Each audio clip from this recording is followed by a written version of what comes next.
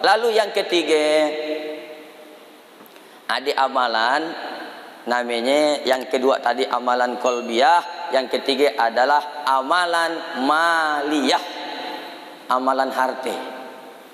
Ini di depan saya nampak dari wajah-wajahnya semuanya orang kaya. Banyak juga yang tidak ngaminkan. Nampaknya ragu dia dengan orang kaya. Kita ni padaan bisa nilai orang dari mukanya. Soal banyak atau indah duit orang, tidak bisa kita nilai dari penampilannya. Ada orang pendek, kacik, hitam, picak, banyak duitnya. Tapi ada ganteng, putih, tinggi, buka dompet 2000. Nah, amalan maliyah, amalan badaniyah udah, amalan kolwiyah udah. Ini yang ketiga, amalan maliyah, amalan harta. Amalan harta yang paling tinggi namanya zakat. Apa namanya? Zakat. Kalau bapak semuanya yang hadir di situ punya duit 100 juta, keluarkan zakatnya 2,5%. 100 juta diambil 2,5%, berapa? Hah? Oh, ini kalau belum sarapan tuh agak payah konsentrasi. Laka itu ada sarapan tiap Pak? Oh ya ada. Terus anak kesinun semuanya matanya. Kalau punya duit 100 juta diambil 2,5%, 2 juta setengah, 2 juta setengah. Nah, ini mudah-mudahan kita semuanya punya duit 100 juta. Ini yang hadir kira-kira berapa orang nih Pak? 100 orang ada ya? Ada 100 orang. Mudah-mudahan yang 100 orang ini punya duit 100 juta. Kalau setiap orang mengeluarkan 2 juta setengah, 2 juta setengah kali 100 berapa ya? 250 juta. Nanti buat acara yang lebih besar, ada 1000 orang, 2 juta setengah kali 1000, 2,5 miliar. Banyak atau sedikit 2,5 miliar? Oh iya, kalau dibalikan channel berenang kita di sini. Ini masjid bisa bagus karena banyak jamaah yang sudah beramal harta. Beramal harta, keluarkan zakatnya. Pak Ustadz, saya tidak punya duit 100 juta, tapi saya punya gaji tetap. Namanya zakat profesi. Bagi bapak yang gaji tetapnya 1 juta, keluarkan zakatnya 2,5%. Berapa ya? 25.000. Yang gajinya 4 juta, 100.000 keluarkan tiap bulan, tiapkan. Keluarkan tiap bulan 100.000. 100.000, 100.000, 100.000. Setahun 1.200.000. Pak Ustadz, kalau 100.000 sekacikila nanti ajalah nunggu setahun. Boleh. Sami jumlahnya Pak Ustadz, sami. Nak tiap bulan sami 100.000, 100.000. Nanti setahun 1.200.000. Nak sekaligus setahun 1.200.000, boleh juga, silakan. Tapi ingat, walaupun jumlahnya sami, tapi setannya lain. Kalau saya menyarankan lebih baik keluarkan tiap bulan 100.000. Kenapa? 100.000 kacik ringan tiap bulan keluarkan. Tapi kalau udah 1.200.000, oh setannya lain. Mana Pak Haji? Ke masjid. Ngapa dek? Bayar zakat. Berapa? 1.200.000. Boleh ke bayar zakat untuk masjid Pak Haji. Yang berhak menerima zakat berapa golongan? 8. Quran surah At-Taubah ayat 60. Zakat untuk masjid boleh? Boleh. Kata Syekh Wahbah Al-Zuhaili dalam kitab Al-Fiqhul Islami wa Adilatuhu, zakat untuk masjid boleh masuk dalam asnaf fisabilillah. Masjid Agung mau direvisi, direnovasi. Revisi ya, skripsi Pak. Renovasi, make bayarlah zakatnya itu Pak, 2,5 juta bagi yang punya duit 100 juta, berikan ke masjid yang mau direnovasi. Boleh. Jangan ngatakan lalu tidak boleh. Nah, itu dia dikeluarkan zakatnya. Tapi zakat ini kalau di kita tidak ada kewajiban. Di kita ketua jamaah Safari Pajar tidak akan ngecek berapa duit Bapak Ibu. Abah Haji Rasni tidak akan mendata berapa duit bapak ibu, tidak ada yang tahu. Tapi ingat, ada dia yang maha tahu. Siapa dia? La ta'khudhuhu sinatu wala naum. Dia yang tidak ngantuk, dia yang tidak tidur. Kalau bapak ibu padahal hartanya dah cukup syarat untuk bayar zakat, tapi tidak bayar zakat, ingat, dia akan keluar dengan caranya seorang. Simpanlah, simpan. Dapat gaji awal bulan, simpan. Dapat gaji 3 balas, simpan. Dapat duit SPPD keluar kota, simpan. Dapat duit tunjangan, simpan, simpan, simpan, simpan. Tapi tidak suah berzakat, tiba-tiba palak tutnya sakit. Ada yang dah sakit-sakit palak tutnya? Hati-hati ya. Tiba-tiba sakit nih lututnya, aduh. Dicucuk pakai jarum akupuntur, makin sakit. Dicucuk pakai paku payung, makin sakit. Barang pakai paku payung. Dibawalah ke rumah sakit. Kata Pak Dokter, Pak, itu lututnya kami daan bisa nak ngatasinya. Jadi gimana Pak Dokter? Bawa ke rumah sakit Singapura. Nanti di sini ada dokter Cina namanya Wan Seng An. Ye, asal sabut aja. Namanya dokter Cina diorangnya. Pagilah ke sini, nanti pun datang langsung dokter mawa tukul kacik hammer namanya. Tukul kacik hammer, ditukuknya puk, hanya lapuk lama pakai. Barang dah tua, dah lapuk lama pakai, ini harus diamputasi, harus dipotong pakai kaki palsu. Tapi lo orang ndak usah khawatir, udah import kaki dari Cina. Berapa? Dibelah kakinya, dipasang. Berapa ongkosnya? Satu kaki 40 juta, satu lagi 40 juta, biaya masang 20 juta. Pas 100 juta. Ia namanya duit antu dimakan setan. Yang punya duit 100 juta dan mau berzakat, simpanlah, simpan. Simpan, Pak. Dia akan keluar dengan caranya seorang. Ibu. Adik ibu-ibunya. Oh, adik. Lalu suaranya sanyong.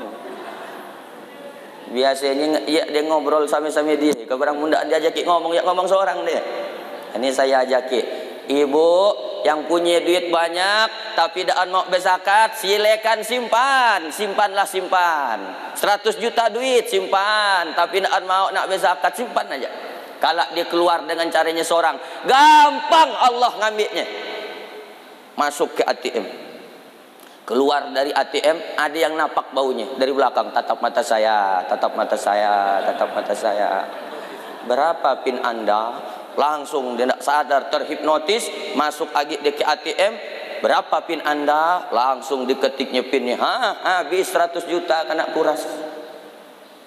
Yang tidak mau nak berzakat, simpan Bu, simpan.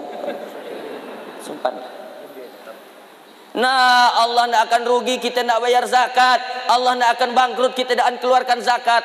Yang rugi adalah diri kita. Harta itu Pak seperti air. Harta itu seperti air. Air kalau tidak ngalir, itu dia akan busuk. Dia akan bangar, bahasa Inggrisnya. Tahu ke bangar? Oh, kalau tidak tahu. Maklumlah saya ceramah di Pontianak waktu tanggal apa bangar ya Pak Ustadz ini. Lah saya nyari bahasa Indonesianya. Bangar adalah buka kamus samas dulu. Itu air dalam sumur, dalam telaga, kalau tidak ngalir, tidak pernah dikuras, maka dia akan busuk. Harta gitu juga. Kalau disimpan, tidak suah disedekahkan, tidak suah dizakatkan, dia akan jadi penyakit. Dia harus keluar, dia akan keluar dengan caranya seorang. Kena penyakit sekali berobat 40 juta keluar. Kata malaikat, kau semari diminta baik-baik dan mau. Nah itu Allah ambil secara paksa, rasakan. Saya bukan nakuti Pak, ya cerita-cerita aja. Bapak dah anak bayar zakat silakan, ibu dah anak bayar zakat silakan. Dia akan keluar dengan caranya seorang. Ini zakat. Nah di bawah zakat, ini zakat. Tadi udah kita bahas zakat. Zakat ini bukan zakar lain ya. Zakarnya kemaluan laki-laki. Salah sebut lagi. Di bawah yang paling tinggi zakat. Di bawah zakat infak. Di bawah infak sedekah. Apa bedanya infak dengan sedekah? Kalau infak pasti materi, duit. Kalau sedekah belum tentu duit. Senyum ye pun sedekah. Tabassumika bi akhika sedekah. Senyummu kepada saudaramu itu adalah sedekah. Makanya banyak orang begitu lewat kotak senyum aja dia. Kalau tang senyum ada kotak infak lewat sedekah banget. Makanya saya tidak setuju kalau kotak di masjid ditulis kotak sedekah. Itu tidak setuju saya. Tulisannya kotak infak. Karena harus materi. Untuk bangun masjid tidak bisa pakai senyum. Lalu senyum Allahu Akbar, senyum turun kubah. Tidak mungkin. Kita perlu pasir, kita perlu batu, kita perlu samin, kita perlu ngecor. Makanya infak sedekah. Bapak Ibu, memang kita banyak bisa pagi haji berkali-kali, umrah berkali-kali, tapi kepedulian dengan tetangga sebelah kurang. Bahkan kata Allah, la yu'minu ahadukum. Kata Nabi, la yu'minu ahadukum. Kau belum dikatakan beriman hatta yuhibba li akhi, sampai kau sayang dengan saudaramu ma yuhibba li nafsih, sebagaimana kau sayang kepada dirimu sendiri. Malah bisa dikatakan haji tidak mabrur kalau dia bolak-balik pagi umrah tapi tetangga sebelahnya merintih kelaparan, belum sempurna imanmu. Bayar zakat, di bawahnya infak, di bawahnya sedekah. Ini ada kisah. Saya aja bukan nakut-nakuti, Pak. Cerita-cerita aja. Adalah Pak Haji ini kaya. Kaya ini Pak Haji luar biasa. Datanglah kawan kami ini dari Basnas. Apa Basnas sih? Badan Amil Zakat Nasional. Anak-anak muda petugasnya. Bagus kita mainnya rumah Pak Haji ya. Kaya lalu tapi tidak ansuah bayar zakat ke kantor. Ayo kita pagi main. Assalamualaikum Pak Haji. Waalaikumsalam. Orang-orang kaya kan baru wibawa ngomongnya Pak. Assalamualaikum Pak Haji. Waalaikumsalam. Kami lihat rumah Pak Haji besar. Ya, rumahku memang besar. Otonya pun besar Pak Haji. Oh, di situ semuanya besar-besar. Rumah besar, oto besar, bini besar. Ibu tahu Pak. Yang paling besar tawaknya ya diurangnya.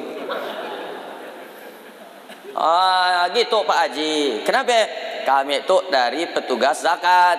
Kami lihat Pak Haji rumah besar, oto besar, situ sebenarnya besar-besar. Tapi kenapa tidak pernah bayar zakat ke kantor? Kalau Pak Haji dan sampat, kami bisa ngambilnya di situ. Kami bisa jemput zakat Pak Haji. Begini adik-adik. Kayak Pak Haji, itu sebenarnya otonya 2 miliar masih kredit.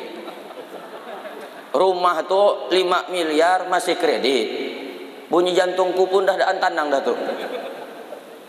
Bapak-bapak yang ketawa karena bapak dah punya kredit. Orang yang dah punya kredit bunyi jantungnya normal. Bup, bup, bup. Tapi yang punya kredit banyak bunyi jantungnya lain. Bup, bup, bup, bup, bup, bup, bup, bup, bup. Nah kata dia ini aku. Jadi Pak Haji dah nak bayar zakat. Ya belum wajib, aku masih banyak utang kata dia. Dia mengatakan dirinya miskin. Aku masih miskin, belum wajib bayar zakat. Oke lah Pak Haji, mungkin kami balik aja. Balik Pak dia. Kawan nih. Apa yang terjadi? Nggak nyampai 1 tahun datang Pak Haji ke kantor Basnas. Iya kan Pak Haji yang waktu ya kita datangi rumahnya yang mau bayar zakat. Betul. Alhamdulillah dah terbuka pintu hidayah mau dia bayar zakat. Silakan masuk Pak Haji. Pak Haji nak bayar zakat? Ndaan. Nyapa dik? Dia nak zakat untuk saya. Ndaan nyampai setahun dimiskinkan oleh Allah. Kenapa? Ngaku miskin. Jadi hati-hati dengan omongannya Pak. Al-kalamud du'a. Omongan itu adalah doa. Nah ini ibu-ibu, bapak-bapak yang tidak mau bayar zakat, ngaku-ngaku miskin, silakan. Sekarang di kampung-kampung nih Pak, banyak orang ngaku miskin. Kalau udah ada UMKM, ngaku pengusaha. Tapi begitu ada bantuan, ngaku miskin. Aneh bin ajaib, motornya ada, motornya sejumlah keluarga, rumahnya bagus, datang PKH, minta. Di Singkawang tidak yakin saya ada. Tapi di kampung-kampung ini luar biasa. Pak, bapak, ibu, mau tidak jadi orang kaya? Mau? Nih contoh Haji Abah Rasmi. Beliau adalah orang paling kaya. Kenapa? Orang yang kaya, orang yang selalu meri. Orang yang miskin, orang yang selalu minta. Orang bisa bertinju karena latihan bertinju. Bapak kalau nak bisa nyanyi, latihan nyanyi. Kalau nak bisa badminton, latihan badminton. Kalau nak bisa karate, latihan karate. Kalau nak jadi orang kaya, karap-karap latihan kaya. Caranya karap-karap meri, berbagi. Tapi kalau latihan miskin, karap-karap minta. Nah, dia rokok dikocekkan, datang kawannya, bukan dikeluarkannya, malah makin dimasukkannya ke dalam. Begaya datang kawannya, minta rokok bos sebatang.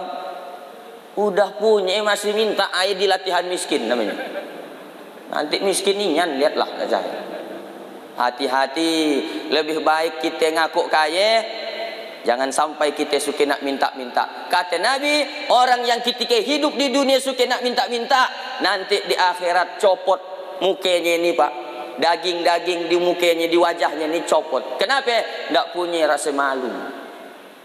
Oleh karena itu, kita harus pakai konsep Nabi. Yadul ulya khairum min yadis sufla. Tangan di atas lebih baik daripada tangan yang di bawah. Memberi lebih baik daripada minta. Nulung lebih baik daripada kana tulung. Bapak ibu yang di depan saya, mana yang lebih suka? Kana tulung atau nulung? Nulung. Nah, omongannya memang suka gitu. Tapi kenyataannya kan tetap suka kana tulung masih. Bisa nulung orang, ditulung orang bahagia. Tapi bisa nulung orang jauh lebih bahagia.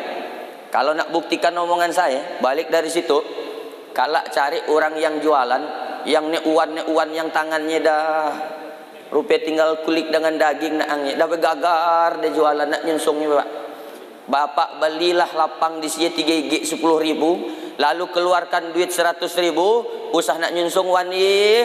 Apa yang terjadi sebelum bapak berkalih dari sini, dan time dia berterima kasih. Bahagia, bahagia kan? Bahagia kita ketika nulung orang. Saya ingin buat satu ilustrasi. Ini ngomong-ngomong sampai jam berapa tapi? Unlimited edition. Padahal ini ceramah subuh. Biasanya saya senak malas, nak mengeluarkan suara pun malas. Tapi kenapa Pak Ustadz pede-nya? Karena dia dapat sal baru. Wah, dapat sal baru, tulisannya Safari Pajar. Saya kira tadi itu merek toko. Nah, petang belum dilapasinya lah mati. Tapi begitu udah dekat saya baca Safari Pajar Kota Singkawang. Wah, mantap. Cuman agak khawatir kalau ada logo itu. Dikira biak minjam. Dikira biak minjam. Tapi itu akan terbantahkan karena ada di sampingnya Ustadz Hatoli SSC MH. Pandai ini ketua jamaah Safari Pajar. Makin nanti tadi udah dipoto. Kalau ada yang nanya, Pak Ustadz iya minjam ke? Aku kan nak bari. Di Singkawang tuh banyaknya saya kan nak bari. Di rumah saya sampai dari Singkawang rata-rata. Makanya di rumah tuh banyak sorban, banyak songkok. Semuanya mereknya Casio. Casio orang. Sampai saya tua jadi ini aki nanti, ini tetap insya Allah akan selalu ada di rumah saya. Sampai malaikat maut datang nanti. Karena ini akan dikenang oleh anak-anak saya, oleh anak cucu saya. Ayah, itu sorban Safari Pajar dari mana ayah dapat? Kan ada tulisannya Kota Singkawang tahun 2021. bulan Maret. Siapa yang waktu yang marikannya ya? Pak Haji Endrian. Kemana dia? Dah lama meninggal.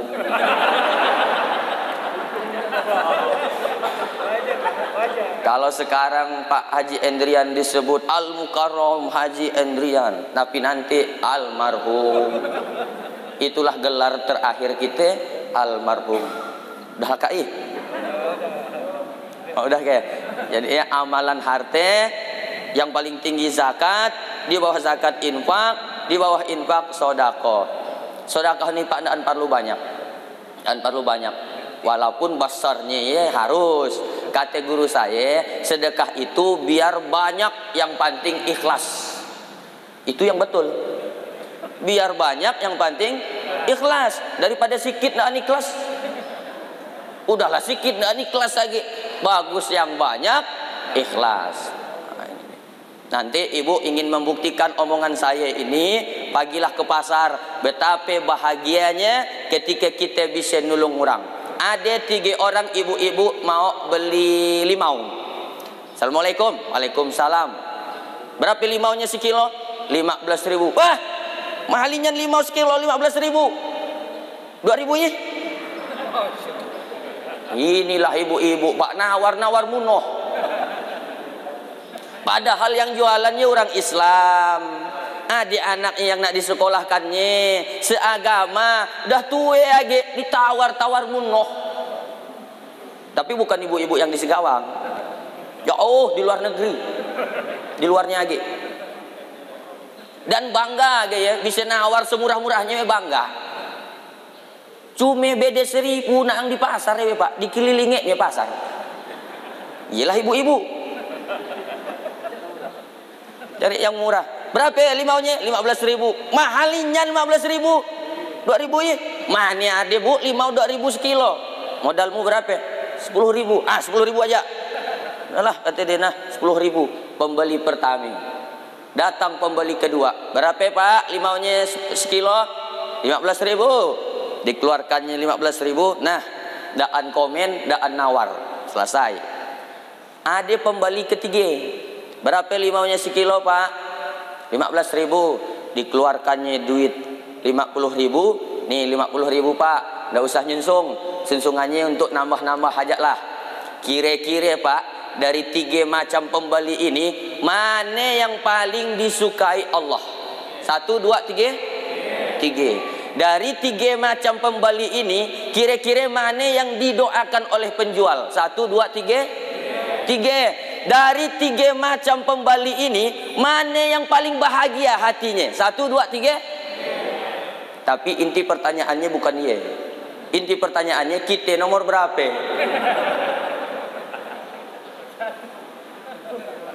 Nomor 1. La ilaha illallah. Nah, jadi itulah tausiah yang dapat saya sampaikan pada pagi hari ini. Hendaknya kita selalu aktivitas kehidupan kita bernilai ibadah, baik ibadah badaniyah, badan, ibadah qalbiyah, hati, dan ibadah maliyah, harta. Itulah yang dapat saya sampaikan. Tadi mulai jam 5.30, sekarang jam 6.15, berarti 45 menit. Karena kita akan makan lagi, mohon maaf dah nyampai 1 jam. Dan juga si naiknya memang mau ditapur gimana kalau nak minumnya. Supaya kita itu pinta-pinta kan. Tadi dah ceramah usah nak minta. Demikian, mohon maaf Abah kalau ada yang saya sampaikan ini menyinggung perasaan kawan-kawan, tidak berkenan di hati bapak-bapak haji, ibu-ibu hajah, atau tidak sependapat, tolonglah dibukakan pintu maaf yang sebesar-besarnya.